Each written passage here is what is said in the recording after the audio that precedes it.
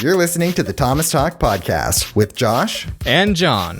You can listen to us on YouTube, Spotify, Apple Podcasts, Google Play, Anchor, and SoundCloud. So, Josh, this is the last episode of our little quarantine pastime. Is that what you call talking to me? A pastime? Welcome to Thomas Talk Podcast, everybody. It's okay, John. I know. I don't have any side podcasts. No, I don't. Neither do I. This has been a lot of fun. I've been enjoying this, talking with you at least once a week and many of our friends. Many good friends. Some questionable ones. Well, yeah, some questionable ones. Yeah. But, you know. That guy, Billy Joe, was really weird. I'm glad we cut his episode. Oh, me too.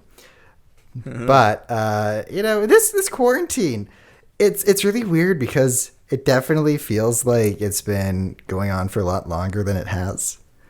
But at the same time, it also feels like it's been a lot shorter than it also has been. Like, my last day of work was March 10th, which is like, it's June. I'm like, oh, man. It's crazy. And I mean, now... I still remember February. Oh, yeah. I feel like it's just weird. It's all around weird. But I honestly think we made a good call by deciding this was only going to be 6 episodes, because, I mean, I got the call this week. I'm going back to work in actually about a week's time. The production office opens again, so I'm going back to work. So I won't have as much time to do this kind of stuff. And John, you are at work in a way too. Yeah, I've been working, so it's coming to a close at just the right time before we get sick of each other. No, I know it. It'll be a very long time till I'm sick of you. But okay, but I'm already sick of me. But I know I've been doing lots of other things during this quarantine to pass the time, other than talking to you and our friends. Like, I've been buying so much stuff. It's not even funny. Like, it's actually very funny to see you. Well, okay. I mean, I can't believe it. I the other day I was calling a company and I was on hold, and it says you're going to be on hold for more than 2 hours. And I'm like, well, great. What can I do? So I decided to build a play rail layout that goes around my apartment. And I sent you the videos. So you've seen it. I don't think the rest of the world has seen it. Maybe I'll keep it that way. But, like, this is where I'm at now. I've reverted back to being 5. Like, I'm just buying toys and playing with toys all day. I mean, I know you've bought some stuff too in this quarantine. I bought some stuff. I'm a big fan of the movie Tough Guys, which everybody knows it because it has a train in it. I tend to like the rest of the movie as well. But, you know, there was a nice period where some stuff was going up on eBay, so I was buying all that stuff. And, you know, for a while, I think partially it was a big wave of stuff coming, and I felt like I have this responsibility as being such a big fan of Tough Guys. But I think also my dad made the point that, like, dude, you're bored. You are so bored, and buying something like makes you you know, feel like you're doing something. Do you think that's why people are doing it? Is because they're bored? I think it's partially because of that. I mean, you know, like I said, maybe sometimes there is just a good time when stuff is up. But I definitely think a lot of it's boredom. My mom knows someone who works with her who's been ordering something on Amazon every day just so that things are constantly coming to the house. Like, they bought a scooter. They don't need, like, you know, they just... I personally think, you know, just because we have so much time on our hands now, we can just go browsing on sites like Amazon and eBay and just buy anything. It's certainly not because people have more money. You know, I think it's because we're bored, and I think it's because we just have time. So I've limited myself a little bit. I'm just buying Playrail and Trackmaster now. I've decided that's all I'm collecting. And Bachman. Yes. And Bachman. But there's not much Bachman stuff. Next Bachman thing I'm buying is Daisy. But in terms of actual collecting, I'm just keeping to Playrail, right? Playrail is the best. I love Playrail. But you know what? It's there's a collection I've always envied. You know who has a lot of Playrail? Who? On Twitter, TheStarSwitcher. You know, like, I don't know. It seems like every time I try and buy something, he just has to mindlessly interrogate me because he has to own everything. You want to say that again? Yeah, you shouldn't say that to his face, John. That's not really that nice. You didn't say that you added him yet. Okay, hi. Oh, he's here. He's here. That's not really a nice thing to say about someone. Oh no. Well, yeah, I'm good. Oh. Well, everyone, welcome, Epi. Welcome. Hello. Known as the TheStarSwitcher, but we affectionately call him Epi. Those who are dear to him. Based off his username, U.S. Thomas Episodes. See, it's clever. I originally discovered Epi off of Sandbox on Roblox, like all good friendships start with. No. That was in the Thomas Wiki chat. You remember that? Oh, we don't talk about that. But I remember we were in Sandbox, and I saw you had put the name Epi on the side of a building in huge letters, and I was like, what does Epi mean? And you were like, it's from my username, U.S. Thomas Episodes. I'm like, oh. I could have sworn you gave me that name. I don't remember coming up with it myself. Okay, well, we have different I think you memories. did give him that name. Did I? Oh my god. Yeah, I think so, remember. yeah. I created a monster. All right. But even you haven't gone by U.S. Thomas Episodes in like forever, and yet everybody still calls you Epi. Yeah. But what you're really known for, Epi, is you are a master collector. Oh, yes. You have mastered the art of buying things. I love wasting my money. But okay, what do you collect? Okay, so I collect a lot of Play-Rail, a lot of Tomy, as you were talking about before, or more like I was eavesdropping before. I am very, very big on Wooden Railway, because in my opinion, I think Wooden Railway is the most collectible line that you can get. Because Ertl's good, but I think Wooden Railway holds more value in terms of it going up. Okay. No kidding. I love Theodore Tugboat. You know, gotta love some of the stuff that we all grew up on. And probably what I'm most famously known for is my insane amount of Tug stuff that I have. Were you in Halifax, Epi? I don't remember. Yes, I was. Okay. What? No. He must have just like hidden the shadows most of the time. He was there, and we were there, and we saw the one and true only Theodore toys. The real ones. They're props, John. Wink for your eyes only. That's what I always find interesting is people call them props, right? But I don't know if they actually fall under I don't know if they fall under the definition of props. They're actors more than anything. Well, they're models, right? They're officially called models because they're model boats. Yeah. But a prop would be something like a bumper. You know, it wouldn't be the character. Or like a pile of rope or something. Yeah. I remember in the movie Magic clip, the Tugs one that I put up last Christmas. Because you just have everything, it seems. Yes. This dude is the king of Tugs. No one can touch him. You just dig up anything for the Magic Corners, like this movie Magic Tugs clip. Now, here's one for all of you. I have the full 30-minute thing. It doesn't talk about Tugs for 30 minutes, but later on in the episode, the guy talks about he's holding, I think it's a hammer from another production. He says, look, it's all made of styrofoam. And he smashes Zoran. Yes, and he's like, this is called a prop, short for property. I'm like, it meant property this whole time, really? I mean, the Theodore ones, the Tugs one, the Thomas one, they are property, but they're characters. No, they're cast. They're cast. Yeah, cast. I don't know. We're getting into some pretty. We're getting into something that's a little too complex for a Thomas the Tank Engine podcast. Yeah, a little too morally complex. But you said your favorite line to collect is Wooden Railway. Yeah. What is the best Wooden Railway score you've ever gotten? Oh my god. Oh my. Okay, so there's two of them. Okay. I love looking on Facebook Marketplace because you don't have to deal with eBay fees, and for the most part, you're just dealing with people that just want to get rid of their stuff.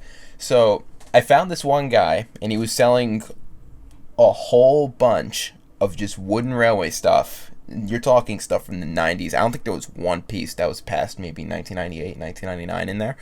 So there was a lot of track. There was a lot of unique items. Like I know there was like the 2 Flying Scotsmans. There was a troublesome brake fan, and the whole thing was like right around $200. But for that $200, I got, I think, Henry's Tunnel, the Mountain Tunnel, the Roundhouse. Like, Brio also did these this line called The Engines of the World, and those apparently go for a lot of money, and I almost got a full collection of those. And we just got a white-faced troublesome truck in that lot, so that just made it all worth it. Wow, how many white-faced troublesome trucks are there? Oh man, I think Roy Wilson said, rough ballpark estimate, they made only like 100, 200 as a test. And one was just by coincidence in this lot. I wasn't looking for it. Like, when I saw the pictures of what I was being sold, they were just bags and bags of just trains and track and like buckets of tunnels and stuff, and it was insane. So I saw a troublesome truck in there, but it was dark, because maybe some of our audience will know this. The white-faced troublesome truck, it's a lighter shade of gray than the normal truck. So when I saw it, it was a darker shade. And I'm like, okay, so that's just a normal troublesome truck. All right, nothing to make of it. And then when I opened it and I saw the white face, I screamed. And I ran up. I was on Skype. I ran upstairs to go tell my mom, because she heard me screaming. And I'm like, Mom, do you see this? And she's like, yes, it's a block of wood. And I'm like, yes. Do you know how much this block of wood is worth? And she's like, let me guess, $50. I'm like, thousands? Well, obviously it's not worth thousands. I mean, it kind of is. It wouldn't be unheard of. No, there was one on eBay, new in the box, that was $5,000, but it had it was a mistake on the top. Instead of saying troublesome truck, it just said troublesome. So that might play a very factor true. into the price. Yeah. Jeez, that's a lot of rent for me to, I don't know if I'd pay $5,000 for that, but what's the best score that you've gotten, John? Jeez. Thomas related. Well, I know you haven't bought much Thomas in recent years, but you probably remember something that stuck out. Probably. I mean, the one thing I've been thinking of is I was at a yard sale and I picked up a bin of stuff that had some Thomas stuff from the 90s. It came with let me see. Really, the best thing I got out of it was like a 1993 Gordon and Henry, which was nice because I'd never had Gordon and Henry before in Wooden Railway for some reason. So I got them, and they got flat. I don't think they had flat magnets, but they had the painted coal, and one of them didn't have a tender. I think it was Henry. So I actually wound up getting what I think was from that. You could get a pack of just tenders. And I think it was the Gordon Henry tender from that, so I got one of those. But that had a bunch of other stuff that I'd never had, like diesel D261. I think there was a Culdy. I think there was Lady, which nothing particularly valuable. I mean, there was a 90s Thomas as well, but it was for me it was nice because it was some stuff that I had never gotten a hold of. Actually, I just remembered something else. So I'm sure everybody remembers being young and being on YouTube and seeing the videos by Top Kaz Fat.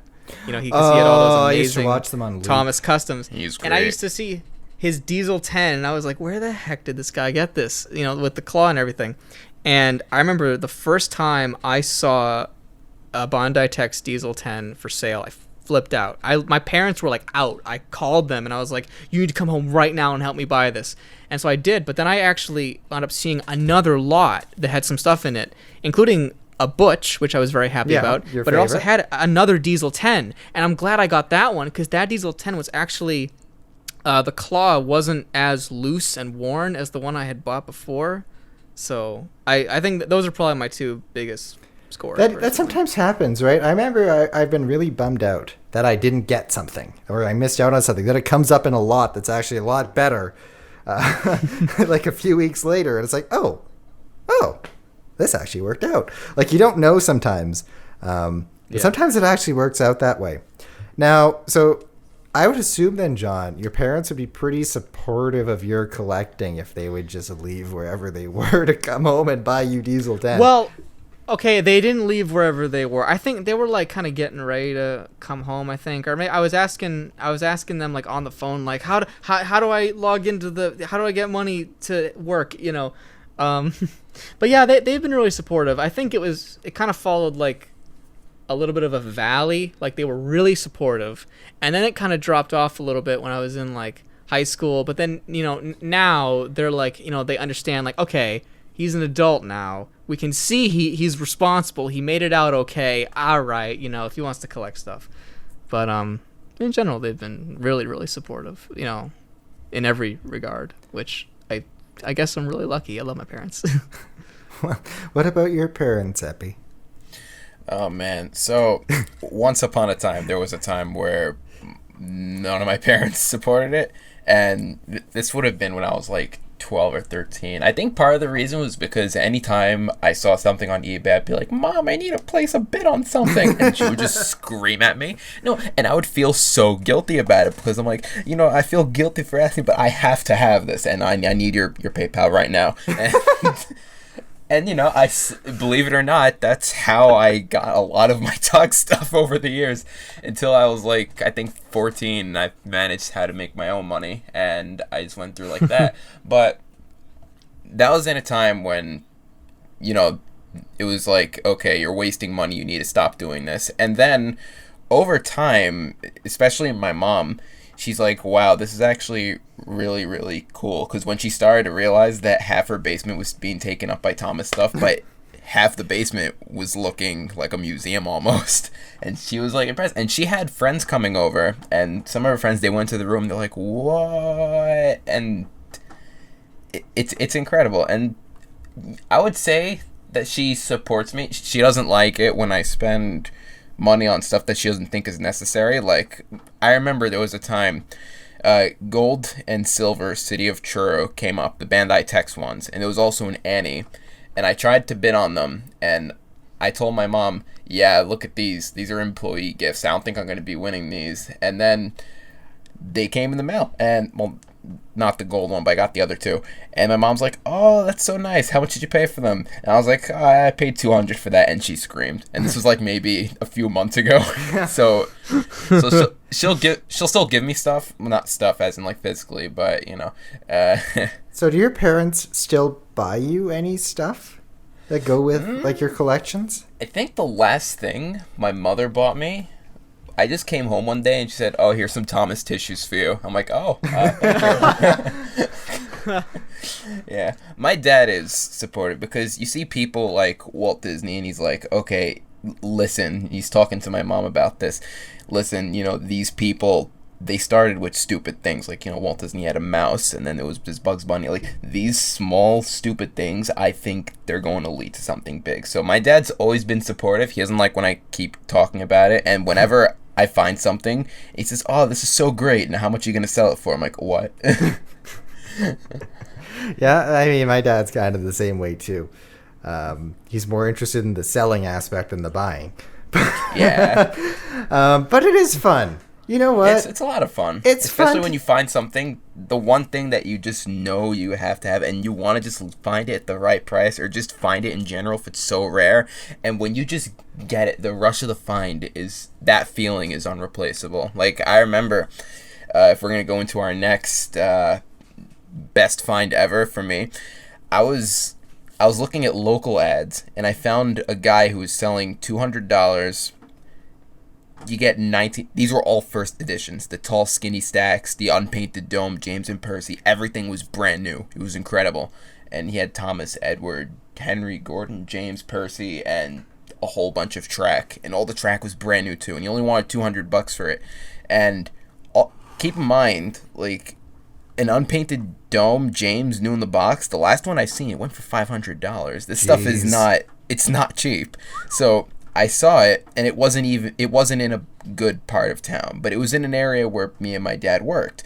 So I'm like, Dad, listen, there's this thing in this part of town, and there's stuff in here I could sell for $400 each. The guy only wants $200 for all this. Let's go get this. And he's like, okay.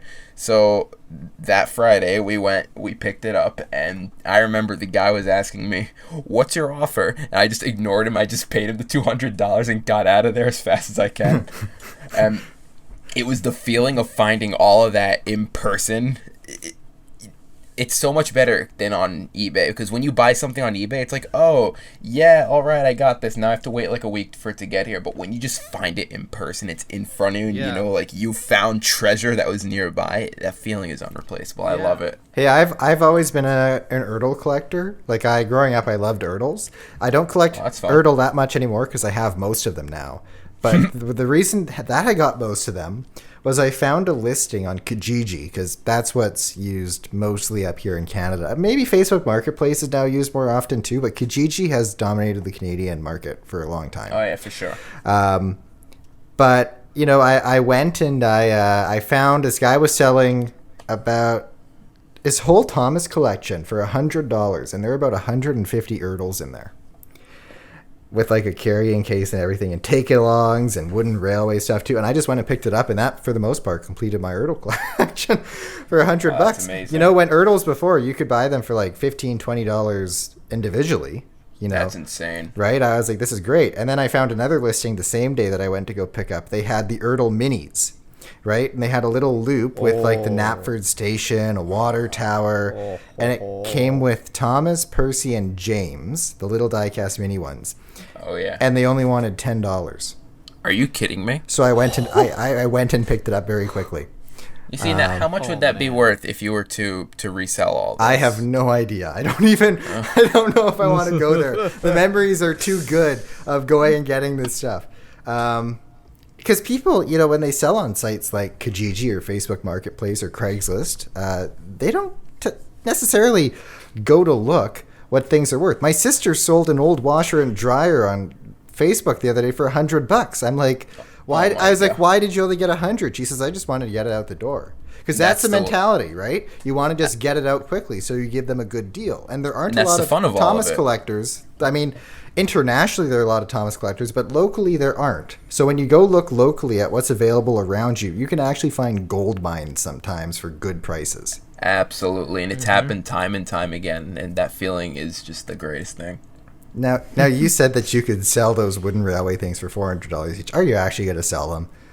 I did sell one of the sets because there was a duplicate, and I sold that to a friend for I think $100, and $100's a good price. Hey, you made half your money back. There you go, and I get to keep all of it. No, there is a good rush when you find something new, and especially, even to this day, there are things I always wanted as a kid.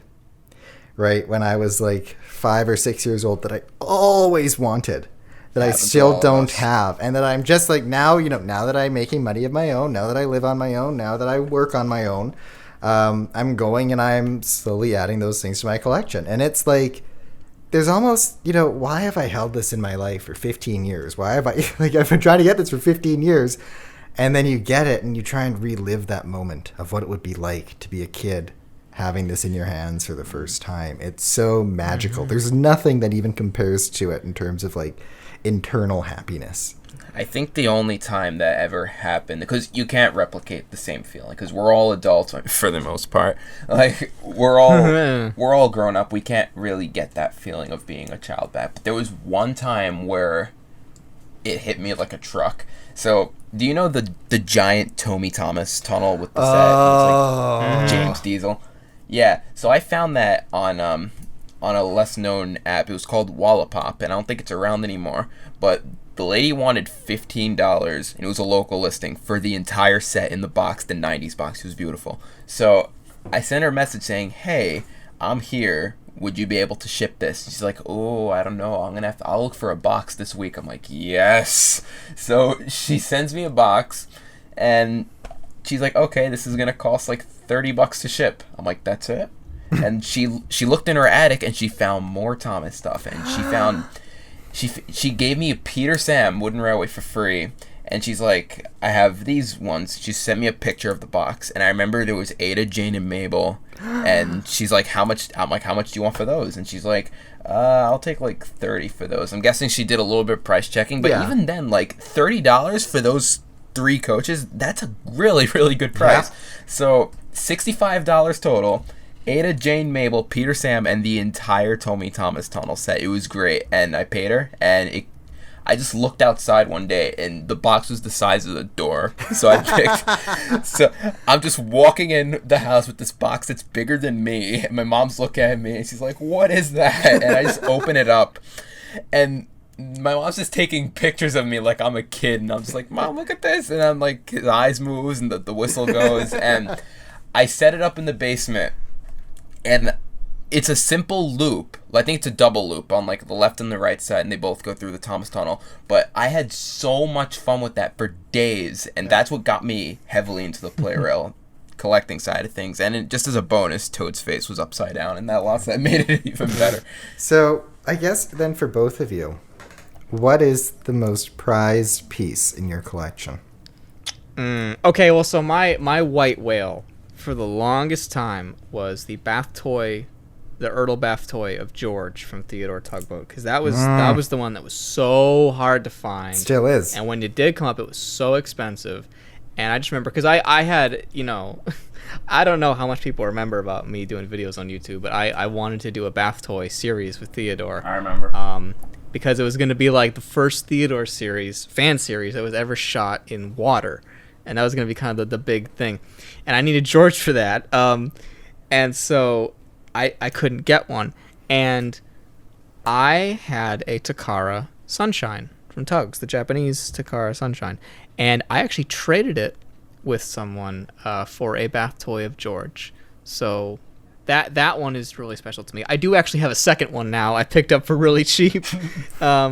But and also I have an error version of Foduck that has the wrong V word on the back. That's right. He has Emily's V word, which Epi was going to get that, and then like last minute he didn't have enough money, so I think this was like YouTube messaging probably. You messaged me in a panic like, you have to buy it, and I did. I think it was, and that was a good day.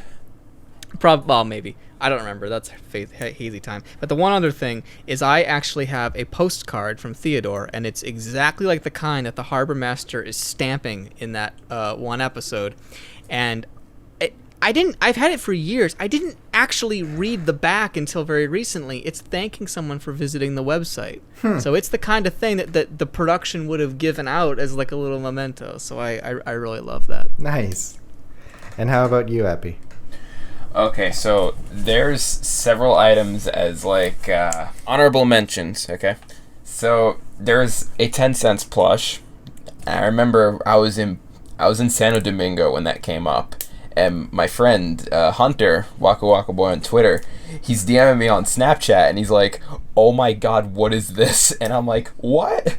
And it was a 5-hour auction, and the internet connection was really, really bad.